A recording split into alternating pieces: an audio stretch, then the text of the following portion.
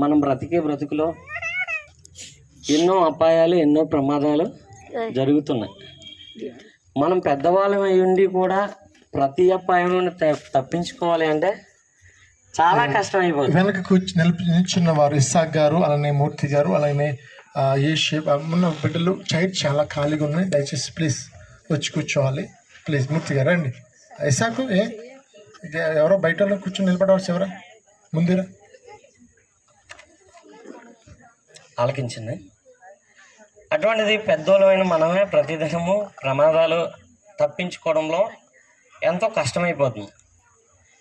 అటువంటిది ఏడాది క్రితము ఇదే దినమున మేము కార్చిన కన్నీటికి, మా నిరీక్షణకి, మేము ఆశపడిన ఆశను నెరవేర్చిన దినము ఈరోజు. నిజంగా ప్రతి భార్యాభర్తలకి ఒక కళ ఉంటుంది. సుఖం ఉన్నా లేకపోయినా, కష్టం ఉన్నా లేకపోయినా ఏం ఉండాలని ఆశపడతాము. ఖచ్చితంగా పిల్లలు ఉండాలని ప్రతి ఒక్కరం కూడా ఆశపడతాం. అదే లోటైతే డబ్బున్నా, ఆస్తులున్నా, లేకపోతే భూములున్నా, ఏమున్నా కూడా వారి జీవితంలో ఏదో కొరత. ఆ పిల్లలు లేకపోతే చాలా కొరత మనం వింటూనే ఉంటాం. చాలా దగ్గర ఆస్తుపరులై ఉండి కూడా వాళ్ళు పిల్లలను కొనుక్కొని పెంచుకుంటారు. ఎందుకంటే వాళ్ళు పిల్లలు లేక. ఎందుకని అంటే పిల్లలు సంతోషము, బాధలో, కష్టములో, మనం ఎంతో ఆ టెన్షన్లో లేకపోతే ఎన్నో బాధల్లో బ్రతుకుతున్నప్పుడు ఇంటికి వచ్చిన వెంటనే పిల్లలు చూడగలనే ఒక సంతోషం, మనసు నిండా ఒక ఆనందం నిండిపోద్ది. అటువంటి మా జీవితంలో 2018 సెప్టెంబర్ 26న పెళ్ళయింది. పెళ్ళైన వెంటనే మా ఆవిడికి ప్రెగ్నెన్సీ వచ్చినప్పుడు 6 నెలలు చక్కగానే ఉంది.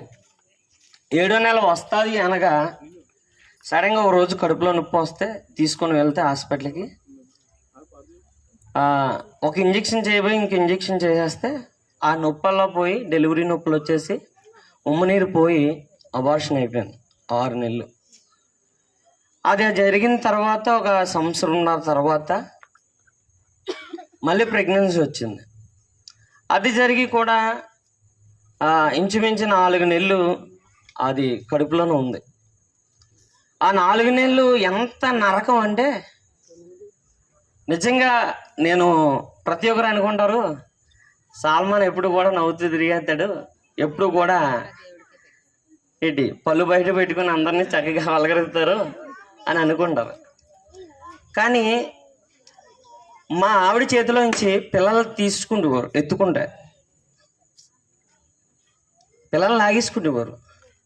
ఏదో ఒక గొడ్రాలని చూస్తారు కదా, పెళ్ళి అయిపోయి 20-30 సంవత్సరాలు అయిపోయిన తర్వాత పిల్లలు లేకుండా పడి ఉంటారు కదా, వాళ్ళు చూసినట్టుగా చూసేవారు చాలామంది. అటువంటి సమయంలో అర్ధరాత్రి అవని 11 గంటల అవని ఎన్నో రాత్రులు పట్టుకొని ఏడ్చిన సందర్భాలు చాలా. దేవుని వాగ్దానం అయితే 2013లోనే దేవుడు వాగ్దానం చేశాడు, నిన్ను నీ పిల్లల్ని నేను పోషించదును అనేసి. పిల్లల్ని పోషిస్తానన్న దేవుడు పిల్లల్ని ఇవ్వకపోవడం ఏంటి ప్రభువా ప్రభువా అని ఎన్నో రాత్రులు ఏడ్చిన సందర్భాలు. ఆ రెండోసారి ప్రెగ్నెన్సీ వచ్చినప్పుడైతే 4 నెలలు కడుపులో ఉంది, కానీ ప్రతిరోజు ఏడిపే, ప్రతిరోజు హాస్పిటలే. ఆఖరికి కేజీహెచ్కి కూడా వెళ్ళిపోయాం. నా ఉన్న 4 నెలలకి కేజీహెచ్కి వెళ్ళి తీసుకొచ్చాను. 2 రోజులు అయిపోయిన తర్వాత మళ్ళీ కడుపులో నొప్పి వస్తుందని తీసుకొని వెళ్తే బిడ్డ కడుపులో చనిపోయి 2 రోజులు అయిపోయింది బాబు అని చెప్పారు. ఎంత ఏడ్చామో అనుకుంటారు. అందరికీ అబార్షన్లు అయిపోయాయి కదా, చాలామందికి 2-3 అయిపోతాయి, 4-5 అయిపోతాయి, దాంట్లో ఏం గొప్ప ఉంది అనుకుంటారు. కానీ ఒక వ్యవసాయం చేసిన రైతు ఆ ధాన్యం గింజను భూమిలో వేసినప్పుడే దాని నుండి ఆశపడతాడంట. ఎంత ఆశపడతాడంటే ఇది ఈ రోజు వేసాం కనుక ఒకరోజు అది నా చేతికి వచ్చినప్పుడు నేను సంతోషాన్ని అనుభవిస్తాను, నా కష్టానికి ఫలితం చూస్తాను అని అనుకుంటాడు. అలాగే కడుపులో పిండం పడిన వెంటనే ఎంతో ఆశ, గంతులేసేస్తాం. కానీ అది ఇలా జరిగినప్పుడు చాలా ఏడ్చాం. అర్ధరాత్రి కూడా ఏడ్చిన రోజులు ఉన్నాయి. చేతుల్లోంచి పిల్లలు తీసేసుకుంటే నేను ఎవరి పిల్లల్ని ఎత్తుకుండేవాడిని కాదు. ఎవరి పిల్లల్ని కూడా, పిల్లలంటే ఇష్టమే, చాలా ఇష్టం. కానీ ఏ ఒక్కరిని కూడా దగ్గరికి తీసుకుండేవాడిని కాదు, ఒక రోషను ప్రశాంతిని తప్ప. ఏమో ఎవరేమనుకుంటారో, ఆ పిల్లలు లేరన్న భావన నాకెక్కడైతే వచ్చేస్తుంది. 4 సంవత్సరాలు చాలా నరకం. ఎంత నరకం అంటే దేవుడికి తెలుసు. తర్వాత హాస్పిటల్ కూడా చూపించాం. అన్నీ జరిగిన తర్వాత 1 సంవత్సరంన్నర ఇలాగవుద్ది. 1 సంవత్సరం అయిన తర్వాత నా తమ్ముడికి బాబు పుట్టాడు. నాకు పుట్టలేదు, తమ్ముడికి పుట్టాడన్న బాధ కన్నా ఎక్కడైతే పెద్దోడికి లేడు చిన్నోడికి పుడతారని ఎవరైనా అనుకుంటారన్న బాధ చాలా పెద్దదయ్యేది. ఆఖరికి సంగీత గడి పుట్టినప్పుడు కనీసం హాస్పిటల్కి చూడడానికి వెళ్ళినప్పుడు ఎత్తుకోనని కూడా ఇష్టపడలేదు. ఎందుకంటే వాళ్ళ మీద నాకు ఎక్కడైతే తప్పుడు ఫీలింగ్ వచ్చేస్తుంది అన్న భావంతో కిటికీలను చూసి వచ్చేసేవాడిని. అది జరిగిన 9 నెలలు, అది జరిగింది 2 నెలలు గడిచిన తర్వాత మళ్ళీ దివ్య ప్రెగ్నెన్సీ అని తెలిసింది. నిజంగా చెప్తే నమ్మరు. ఫస్ట్ సారి రెండోసారి ఎలాగని జరిగిపోయి, కానీ ఈ 3వది వచ్చిన తర్వాత నిజంగా నా ఇంటి నుండి సహకారం కానీ, నా సంఘం నుండి సహకారం కానీ, లేకపోతే నా సేవకుల నుండి సహకారం కానీ ఎంత గొప్పదిగా దేవుడు చేశాడు అంటే అన్ని విధాల కడుపులో పుట్టింది ఇలాగ పడింది మొదలుకొని ప్రతీది కూడా హాస్పిటల్కి చూపిస్తూ, హాస్పిటల్లో ప్రతి ట్యాబ్లెట్లు వాడిస్తూ, ప్రతి దినము కూడా సంఘం చేసే ప్రార్థన, సేవకులు చేసే ప్రార్థన, నా తల్లి చేసిన ప్రార్థన, లేకపోతే నా కుటుంబం చేసిన ప్రార్థన, ఇదంతా జరుగుతున్నప్పుడు కరెక్ట్గా 8వ నెల వచ్చింది. ఉమ్మనీరు లేదు పెట్టకన్నారు. సచివతమ్మ హాస్పిటల్కి తీసుకెళ్తే ఆ రోజు హాస్పిటల్లో కూర్చొని ఒకటే మాట అన్నాను, ప్రభువా, గర్భఫలము యెహోవా ఇచ్చిన స్వాస్యం, అది బహుమానం అంట, దేవుని యొక్క బహుమానం అంట. దేవుడు ఎట్టకపోతే మనము ఎవరికి పిల్లలు కలగరు. ప్రభువా 8 నెలలు 7 నెలలు సంపూర్ణంగా కాసాం. 8వ నెలలో ప్రభువా మళ్ళీ ఈ శోధన ఏంటి ప్రభు అని అనుకున్నప్పుడు సచివతమ్మ హాస్పిటల్లో 3 రోజులు ఉంచి ఉమ్మనీరాటి పట్టాం. అదే నరాల ద్వారా ఎక్కించారు. అది జరిగింది, బాగానే ఉంది, అంత బాగుంది. 9వ నెల వచ్చిందనగా నొప్పులు వచ్చినప్పుడు గవర్నమెంట్ హాస్పిటల్కి తీసుకెళ్తే బిడ్డ ఎదుగుదల కరెక్ట్గా లేదు, ఎలా పుడతాదో తెలీదు, కనుక మీరు ఇక్కడ డెలివరీ అయినా కావదు, అసలు బిడ్డ అయినా క్షేమంగా వస్తుందో లేదో తెలీదు, అది తల్లి అయినా క్షేమంగా వస్తుందో లేదో తెలియదు అనేసి అంటే హాస్పిటల్లో కూర్చొని ప్రభువా చూడండి ప్రభువా, ఓ పాట ఉంటుంది కదా, చూడు యేసయ్య నన్ను చూడు యేసయ్య అన్న పాటని అలా పాడుకుంటూ, ప్రభువా నువ్వు చూసే దేవుడివి, లేయాకి పిల్లలు లేనప్పుడు ఎంత ఏడ్చిందో, లేకపోతే ఆ హన్నాకు పిల్లలు లేనప్పుడు ఎంత ఏడ్చిందో నాకైతే తెలియదు. కానీ ఈ పిల్లల విషయంలో చిన్నప్పటి నుండి నా దేవుడు నాకు అన్నీ చేసుకొచ్చిన ఈ పిల్లల విషయంలో మాత్రం ఒక 4 సంవత్సరాలు పెట్టిన ఈ బాధ మాత్రము ప్రతి దినము కూడా చాలా కష్టంగా ఉండేది. కానీ అటువంటి సమయంలో ప్రభువా నన్ను చూడండి ప్రభువా, ఆ పరిస్థితి ఏంటి ప్రభువా, డబ్బులు పెట్టుకున్న పరిస్థితి కూడా కాదు, కానీ ఇంచుమించి 3వది వచ్చిన తర్వాత ఇంచుమించుగా నెలకి హాస్పిటల్కి తీసుకెళ్తే 12,000 15,000 అయిపోయింది.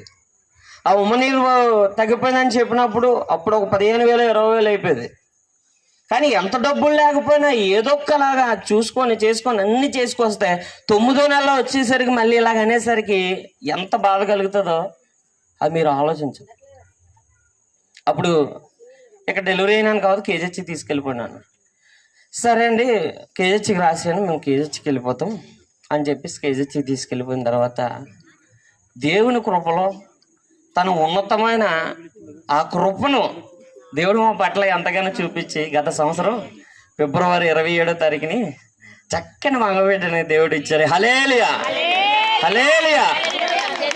నిజంగా ఆ పుట్టిన తర్వాత వీడి బుర్రేమో ఈ అడుగు పొడుగు, ఇప్పుడు ఇక్కడ చూసిన చాలా దగ్గర నేను చూసినవి, ప్రభువా మళ్ళీ ఇదేం శోధన ప్రభువా, బిడ్డనిచ్చావు, చక్కని బిడ్డనిచ్చావు, ఇదేంటి ప్రభువా మళ్ళీ ఇదేం శోధన ప్రభువా అనేసి అనుకుంటే, అప్పుడు డాక్టర్ దగ్గర తీసుకొని వెళ్ళి చెప్తే ఇది ఏం ప్రాబ్లం కాదు బాబు, ఆ అమ్మాయి డెలివరీ అయినప్పుడు గట్టిగా నొక్కేసుకోవడం వల్ల ఇది బుర్ర పొడిగ్గా పుట్టింది, ఇది ఏం ప్రమాదం కాదని చెప్పినప్పుడు నిజంగా చెప్తే నమ్మరు. ఆ రోజు ఆనందము ఆ హాస్పిటల్లో చూసారు, ఒక పాట ఉంటుంది, నాట్యమాడేను నా అంతరంగము ఇది రక్షణానంద భాగ్యమే, నాట్యమాడేను నా అంతరంగము అన్నట్టుగా దాటుదాం అంటే పక్కన జనాలు, అటేమో డాక్టర్లు, ఇటేమో ఇల్లు, ఇదేంటి ప్రభువా సంతోషాన్ని కూడా పంచుకున్నాను పక్కన ఎవరు లేరని విజయ ఆంటీ గారికి జ్ఞాపకం వచ్చి విజయ ఆంటీ గారికి ఫోన్ చేసి, ఆంటీ గారు నాకు తెల్లని కొడుకు పుట్టాడండి, ఎంత తెల్లగా ఉన్నాడో అనేసి ఆవిడతో పంచుకున్నప్పుడు ఆ సంతోషము ఎంతో వర్ణనాతీతం. ఆ రోజు ఆ సందర్భం, అటువంటి సందర్భం నిజంగా దేవుడు చేసిన మేలులు నిజంగా అది ఆలస్యం అవ్వచ్చేమో కానీ అది మనం ఊహకు అందదంట. నిజంగా నాకు అల్లరి పడతాడేమో అనుకున్నాను, ఎందుకంటే దివ్య నన్ను చూస్తూ ప్రెగ్నెన్సీగా ఉన్నాను, ఏమో ఒకవేళ నాకు అల్లరి పడతాడేమో, నా ఫేస్ వస్తుందేమో అనుకుంటే ఇంకేటిది ఈ చేతిలో పెట్టని తీసుకొచ్చి నర్స్ వచ్చింది, అడిగింది, ఏమని అడిగింది, ఏ బాబు నీకు మగబిడ్డ కావాలా ఆడబిడ్డ కావాలా అంటే, ఆడబిడ్డ కావాలండి, నాకు ఆడపిల్ల అని చాలా ఇష్టం అండి, నాకు ఆడపిల్ల కావాలని చెప్తే, ఎందుకంటే ఫస్ట్ పోయింది ఆడపిల్ల కనుక దేవుడు మళ్ళీ అదే ఆడపిల్ల ఇస్తాడనేసి ఒక ఉద్దేశం అన్నమాట. అటువంటి సమయంలో ఆడపిల్ల కావాలంటే ఏ యాక్టింగ్ చేస్తున్నావు అంటుంది ఆవిడ, లేదండి యాక్టింగ్ ఏం లేదండి నాకు ఆడపిల్ల కావాలా అనేసి అంటే, ఆ పోన్లే కానీ నెక్స్ట్ కందు కానీ ఇప్పుడు అయితే అలా సరిపెట్టుగా రాదు, వీటి నెక్స్ట్ కన్నా అంటున్నారు ఇవిడి ఏటి బ్రో అనేసి అంటే, ఇంకేటిది చేతిలోకి ఆ బిడ్డను అలా తీసుకొచ్చి ఇలా చేతిలో వేసేసరికి పట్టరానంత ఆనందం, ఆ సంతోషం. ఆ రోజు మాత్రం నా కొడుకు ఎంతో ఎవరు ఫోన్ చేయని నా కొడుకు తెల్లగా పుట్టాడు, నా కొడుకు ఎంత తెల్లగా పుట్టాడు తెలుసండి, చాలా తెల్లగా పుట్టాడు, ఎందుకంటే నేను నలుపు. మాస్టర్ గారు ఇప్పటికే అంటారు, చాక్ పీసు నీ కొడుకు, నువ్వు బ్లాక్ బోర్డ్ అనేసి. నిజంగానా ప్రభువా నీకు స్తోత్రం ప్రభువా అనేసి ఆ రోజు అంత సంతోషం. అయితే ఇదంతా జరిగిపోయింది. 3 నెలలు నా కొడుకు ఎంత ఆరోగ్యంగా ఎంత సంతోషంగానో ఉండేవాడు. ఇలా 3వ నెల వచ్చింది అనగా, ఆలకిస్తున్నారా, ఇలా 3వ నెల వచ్చింది అనగా సడన్ గా విరోచనాలు స్టార్ట్ అయ్యాయి. విరోచనాలు స్టార్ట్ అయ్యి అమ్మ అందరూ ఆలకించాలి. విరోచనాలు స్టార్ట్ అయ్యి అది కూడా ఎలాగైపోయి వైట్ కలర్లో అయిపోయి, కక్కిసివాడు వాంతలు అయిపోయి, ఏటి ప్రభువా అనేసి ఇంచుమించు చాలా చాలా జబ్బు అయిపోయినట్టు అయిపోయాడు. ఈ కళ్ళు చూస్తే, ఈ శరీరం చూస్తే ఈ బుగ్గల కాటి అంటుకుపోయి చాలా దారుణం అండి. ఎంత దారుణం అంటే ఒక అందం లేని పిల్లలు ఎలా ఉంటారు అలాగ అయిపోయాడు. ఎంత బుజ్జిగుండి కూడా ఎంత అందంగా ఉండి పిల్లడు సడన్గా ఇలాగ అయిపోయేసరికి ప్రభువా ఏటి ప్రభువా మళ్ళీ శోధన అనేసి హాస్పిటల్కి తీసుకొని వెళ్తే, అప్పుడు అలగిస్తున్నారా ఎవరు చూపులో ఇటువైపు వెళ్తున్నా, ఎవరిని చూడకండి నా కొడుకునా.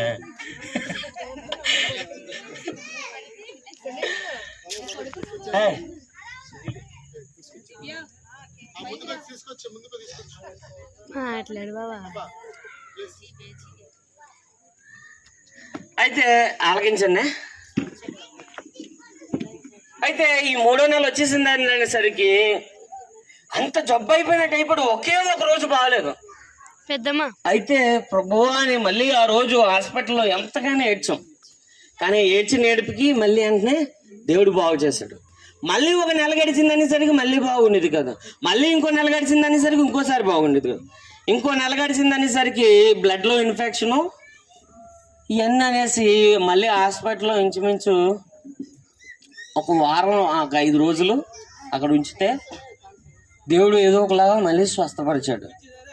కానీ ఈ సంవత్సరం అంతా కూడా ఎన్నో అపాయాలు, ఎన్నో ప్రమాదాలు వచ్చినప్పటికీ కూడా దేవుడు ఎంతగానో కాచి కాపాడి ఈ దినమును మళ్ళీ నన్ను, నా బిడ్డని ఇంత సంతోషంగా మీ అందరిని పిలిపించుకొని ఇంత చక్కని ప్రార్థన ఎట్టించుకునే కృపనిచ్చాడు. నిజంగా ఆయన చేసిన మేలుకి మనము ఏమీ చేయలేం. కానీ ఒకటి మాత్రం చెప్తానండి, కానీ ఏదైతే లోటుగా ఉన్నదో, ఏదైతే అవమానంగా చూసారో, ఏదైతే మేము ఎదుటి వారికి తక్కువగా కనబడ్డామో ఆ విషయంలోనే ఈరోజు గొప్పగా గణపరిచి హెచ్చించి ఈ స్థితిలో దేవుడు మమ్మల్ని ఉంచాడు. సునీల్ ఎక్కడ ఉన్నాడు?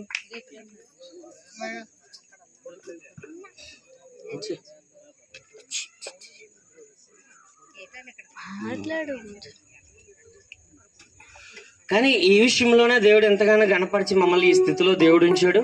నిజంగా నా బిడ్డకి ఇంత చక్కని ఆరోగ్యం ఇచ్చిన దేవునికి నేనేమి కూడా ఇచ్చి రుణము తీర్చుకునే పరిస్థితి లేదు. అయినప్పటికీ ఆయన గణపరచాలని కూడుకు పెట్టాం కనుక ఈ కొద్ది సాక్ష్యము దేవుడు మన వెనుకల్లో దీవించును గాక. ఒక పాట పాడుకోవచ్చు. హల్లెలూయా.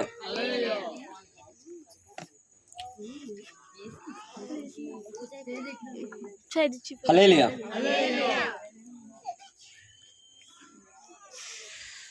కలవరపడినే కొండల వైపు నా కన్నులెత్తుదునా, కొండల వైపు నా కన్నులెత్తి కొదువతో నేను కుమిలెదనా, కొదువతో నేను కుమిలెదనా. కలవరపడినే కొండల వైపు నా కన్నులెత్తుదునా, కొండల వైపు నా కన్నులెత్తి కొదువతో నేను కుమిలెదనా, కొదువతో నేను కుమిలెదనా.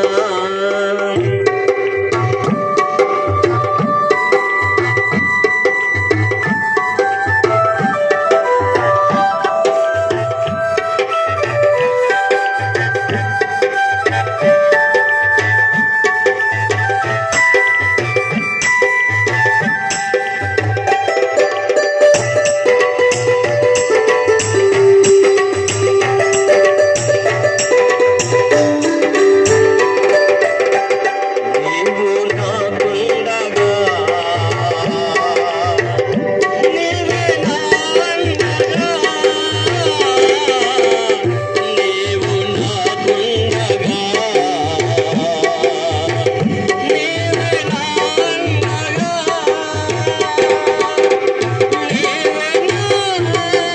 నీవే నా